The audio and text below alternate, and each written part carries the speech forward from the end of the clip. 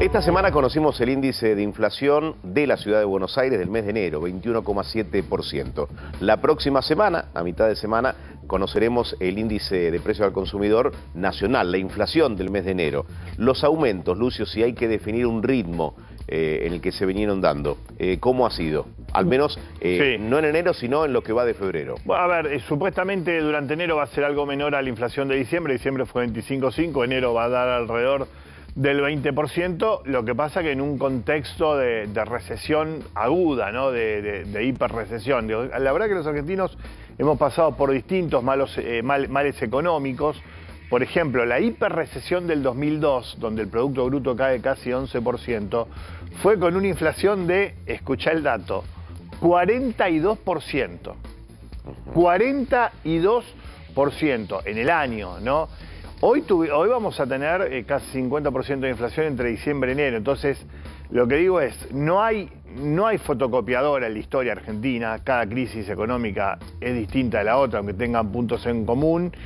Y la verdad que lo que te hace esta combinación de altísima inflación con recesión es bajar mucho la calidad de vida de los ciudadanos. O sea, la baja del consumo es muy pronunciada. La baja del consumo es muy pronunciada, quizás modera que la inflación no sea más alto, pero la verdad que presentar eso como un éxito es, ¿qué te puedo decir? Es insostenible, digo. Si tu éxito es que la gente consuma, por ejemplo, cuando se conoció el dato de CAME, de la caída del 28%, alimentos cae más o menos en el mismo número. Digo, que la gente compre 29, 28, 27% menos de alimentos de un mes al otro, la comparación interanual, ¿no? De enero del 2024 a enero del 2023. Es dramático, digo, porque no es que tenemos una sociedad de gente que todos los días come sushi, lomo y que está recontra próspera y estamos ultra bien alimentados todos. No es el caso. Entonces, la verdad que digo, si vamos a, porque supuestamente enero va a presentar un número de superávit fiscal, si vamos a alcanzar el superávit fiscal y vamos a alcanzar una inflación del 20% mensual, que es presentada como éxito a este costo, no parece un esquema social que aguante demasiado. El miércoles próximo se va a conocer la inflación del mes de enero. El jueves se reúne el Consejo del Salario para elevar lo que hoy tenemos como salario mínimo vital y móvil en 156.000 pesos. La CGT pidió 85% de aumento. Ahí está, bueno, es un punto clave. 85%. Juan Pablo Costa está con nosotros, es analista económico del CEPA. Gracias por venir. ¿Cómo estás? Bueno, ¿qué previsión vas haciendo de lo que puede ser el índice de inflación nacional del INDEC la semana próxima? Bueno, un poco la inflación de la ciudad lo anticipa, ¿no? Más del 25%. Ahora, vos fíjate, lo que estuvimos viendo en enero y lo que va de febrero. Tenemos una inflación importante, con alimentos además bastante elevado. En el caso de la ciudad de Buenos Aires, incluso la inflación de alimentos 25,4, yo había dicho antes 25, no, 21 es la de la ciudad, 25,4 de alimentos. Ahora, ¿cuál es el problema? Vos tenés transporte 33%. Hablo de la ciudad porque es un indicador que ya lo tenemos. Que van funcionando como indicadores. Exacto. Ahora vos fíjate, 33% en enero. O sea, a eso vos le tenés que sumar los aumentos de combustible que ya ocurrieron en febrero, que no han impactado en ese rubro, van a impactar. Aunque sea menor, pero es un impacto que va directamente a precios. Exacto. Y los aumentos también del transporte público que venimos viendo esta semana. Más todo lo demás, ¿no? Con lo cual, ahí hay un problema en donde, respecto al diagnóstico de la inflación, porque el gobierno dice, bueno, mientras haya recesión, mientras nosotros logremos bajar el consumo, los salarios funcionan como un ancla, ¿sí? Que mantengan un poco pisada la inflación. Ahora, el problema que vos tenés es que tenés inflación de costos, es decir, si vos devaluás, como devaluaste fuertemente en diciembre y en algún momento vas a tener que devaluar. Si subís las tarifas de servicios públicos, si subís el transporte, subís los combustibles, subís el costo de la vida en general. O sea, ¿el escenario de febrero te da similar al de enero? ¿O con una inflación menor? Yo creo que va a ser similar, quizás un poco menor, pero yo creo que va a ser, no creo que mucho menor, justamente por esto que te digo, combustibles y tarifas de servicios públicos. Eso es un poco inevitable que se traslade a precios, con lo cual ahí tenés un escenario muy complejo en donde los salarios no crecen, crecen muy por debajo de la inflación, o sea, una gran licuación de los ingresos combinado con una inflación que cede poco, porque además, digo, el gobierno, incluso aunque sea un poco menor que enero, ¿no? Enero 25, pongámosle diciembre, digo, 25, diciembre, enero 20, pongámosle que sea un poco menor.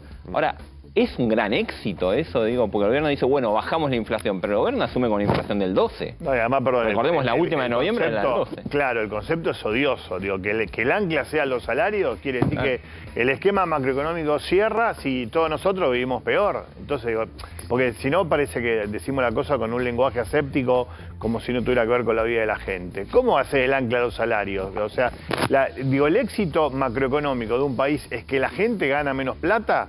Digo, yo los países que conozco, donde la gente vive más o menos bien, no es esa la receta. No, y de no hecho, es esa la receta ni de Estados Unidos, ni de Europa, ni de los gigantes del sudeste asiático que están creciendo. Te diría, es casi una estafa, porque en realidad cuando la gente, vos le decís a la gente, hay que bajar la inflación, la gente te dice, sí, pero ¿por qué? Porque quiero que mi sueldo rinda más, quiero ganar más, quiero consumir más, quiero estar mejor. Ahora, si la receta en el fondo es digamos, bajar los salarios para de esa forma después mantener controlada la inflación, en un sentido es una estafa. Yo siempre digo, es la paz de los cementerios. Bárbaro, ponele que no tenés inflación, pero si nadie puede consumir, no es el punto. Ahora, el consumo se ha ido deteriorando, Lucio lo ha venido marcando, rubro por rubro, ¿no? Hasta en el tema medicamentos, la caída de las ventas fue altísima, es altísima, y esto genera más preocupación aún, ¿no? Porque se interrumpen tratamientos y demás. Digo, ¿encontró el piso ese derrumbe?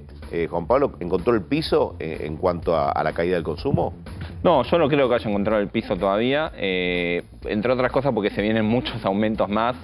Vos nombrabas algunos de medicamentos, pero digo, tenés alimentos 30%, recién decíamos en diciembre, 25% en enero. El caso de medicamentos, 41% en diciembre, 13% en enero. ¿La baja en el consumo? No, el aumento de precios. El aumento de los valores. La baja del consumo muy elevada también, cerca del 40%, si no me equivoco, según el informe de CAME de venta minorista.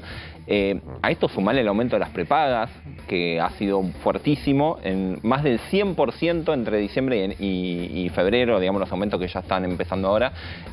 Con lo cual, dudo que, a ver, para que se frene la baja del consumo, vos tenés que lograr o amesetar realmente la inflación, no bajar 2-3 puntos. El tema es cómo se hace. Amesetarla, no, y además empezar a recomponer ingresos, o por lo menos que los ingresos no sigan perdiendo con la inflación, que no es el escenario actual. Ahora vamos al Consejo del Salario Mínimo, la CGT pide 85 porque quedó atrasadísimo el salario mínimo. El gobierno en principio no lo quisiera convalidar, porque además hay otra discusión acá, muy importante. El gobierno está pensando en la posibilidad de desenganchar las prestaciones sociales, la AUH, el programa de potenciar trabajo, del salario mínimo, sí, recordemos. El potenciar trabajo ya lo oficializó prácticamente. Técnicamente. Ya anunció que queda congelado en 78.000 pesos, sin adicionales, y además no va a haber más nuevas incorporaciones. Exacto. Así que esto es un hecho. Como hasta ahora no hubo aumento del salario mínimo, como que quedó ahí. Ahora Ahora si se aumenta el salario mínimo, el gobierno piensa desenganchar. Es un problema grave porque ahí vos tenés todo un sector de la sociedad que recibe ese tipo de ayuda, que se va a deteriorar aún más, ¿no? Porque si ni siquiera va a tener esa pequeña garantía de estar enganchado con el salario mínimo. Ahí tenés también todo lo que es programa acompañar y todo lo que es piso y techo del seguro por desempleo. Potenciar trabajo viene acompañado de una prestación, ¿no? Sí, no es un plan. No es que te dan la guita y no haces nada, viene acompañado de una prestación. Yo les quiero decir, potenciar trabajo de 78.000 pesos quiere decir que el gobierno nacional, este gobierno, convalida un salario de $8.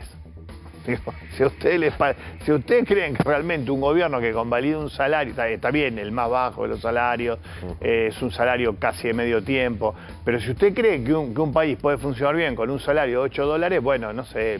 Eso es fíjense bastante... que el potenciar trabajo no es un salario, claro, es una ayuda del Estado. No podemos analizar desde ahí. Sí, pero tiene una contraprestación. En realidad lo que más lo reciben son cooperativas, determinados sectores de la llamada economía popular, que realizan un trabajo, y en realidad lo que se hace con el potenciar trabajo es dar una base para que esas personas tengan asegurada esa base, y sobre eso trabajan, producen. ¿Y de cuántos dólares es el ingreso total de esas personas? Supongamos que sea el salario mínimo, que pase de 150 a ¿cuánto? 200, 220, hay que ver qué aumento. 85% convalida. La CGT, ponele que se duplique, a 280.000. Estamos hablando de un salario mínimo vital y móvil, que es una referencia, como bien lo decía Lucio, pero que queda en la mitad del nivel de lo que es la canasta de la pobreza. Supongamos que la referencia sea un salario de $220, 230, 250. Bueno, hace 10 años teníamos salarios que estaban en los 1.500, 1.800 dólares. Sí, tampoco creo que pegue el salto. Lejos. Yo creo que va a ser un acuerdo que se va a llevar adelante en forma escalonada. No va a dar un salto en cuanto al tema de la actualización, va a ser de a poco. El salario mínimo. Claro, sí, el salario seguramente. mínimo, sí. Seguramente. Que ahí también hay un juego del gobierno, ¿no? Porque si yo te digo, bueno, te aumento, vamos a decir, un 80, un 85, es cerca de lo que pide la CGT, pero de acá a junio, en cuotas, bueno, ahí el efecto real es mucho menor, obviamente. Y en cuanto a la economía, la macro, la que quizás al hombre de a pie, a la mujer de a pie, no le interesa demasiado, pero es un año con mucha presión para el gobierno en cuanto a vencimientos, en cuanto a obligaciones. ¿Qué cosas tiene que resolver este gobierno durante el año? Bueno, lo más importante sigue siendo el acuerdo con el Fondo Monetario. De hecho, recordemos, ahora en enero no tenía el dinero para pagarle al Fondo Monetario las cuotas digamos, los pagos que había que hacer durante el mes. Recién a fin de mes se destraba la situación, el fondo otorga los fondos, valga la redundancia, y la Argentina paga. Bueno, eso va a ser algo que va a ser una constante a lo largo del año, ese toma y daca, esa negociación.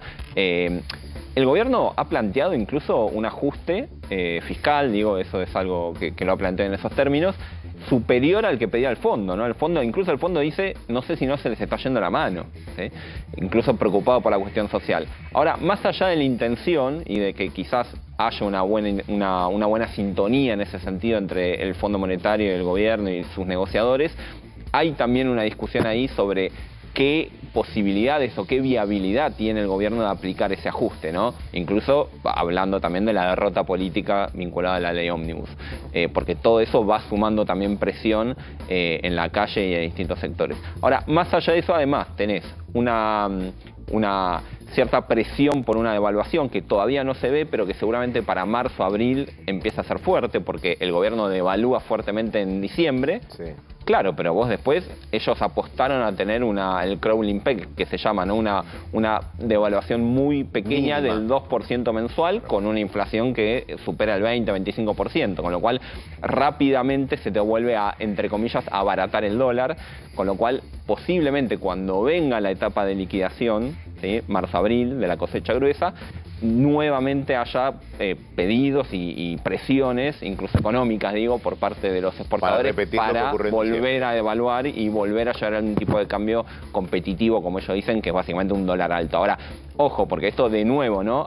Es un círculo, esto de nuevo alimenta la inflación, alimenta una baja de salarios, pedidos de reapertura de paritarias, y etcétera, etcétera. Juan Pablo, gracias por haber venido.